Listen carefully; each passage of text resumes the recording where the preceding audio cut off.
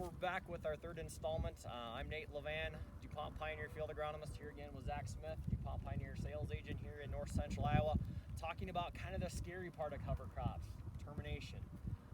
You know, in the previous couple videos, we've decided, all right, we're going to decide on the species, we like the benefits, and now here in this situation, we've got some cereal rye planted last fall or late last summer, and we're going to need to terminate it. In this case, this happens to be a little skipper to kind of show us an example of what it could look like.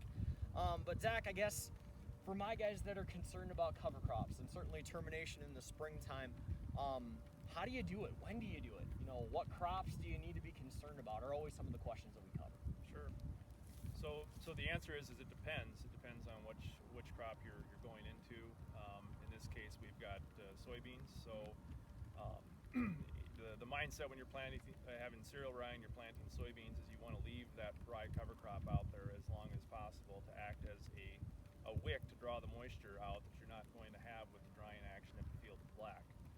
So this field was left and was terminated literally within about 12 hours of planting it to maximize that benefit. When I was corn last year on this field, I wanted to terminate it sooner than that. So I terminated it about the 15th of April. The rye was shorter than what it is now. You want to leave a little bit of a gap period before planting corn with some of the negative attributes. About 10 days is kind of the 10 days is what you're shooting for. Reality is this is northern Iowa. We don't get 10 days to wait. Sure. And so last year it was 3 days that I did it, about ahead of planting. I saw zero negative impact from it. It may not be that way every year. I think you want to maximize that gap ahead of corn, but in soybeans, you know, leaving it all the way up to planting. Some people even terminate it after planting. I don't have any concern, I guess, with that. And really, when I think about, you know, certainly this big green cover crop that you might see ahead of corn, a lot of times guys think about that allelopathy, and I think that is valid, but I don't think it's in the way that we typically have thought about it in the past. I think it's more due to that nitrogen availability.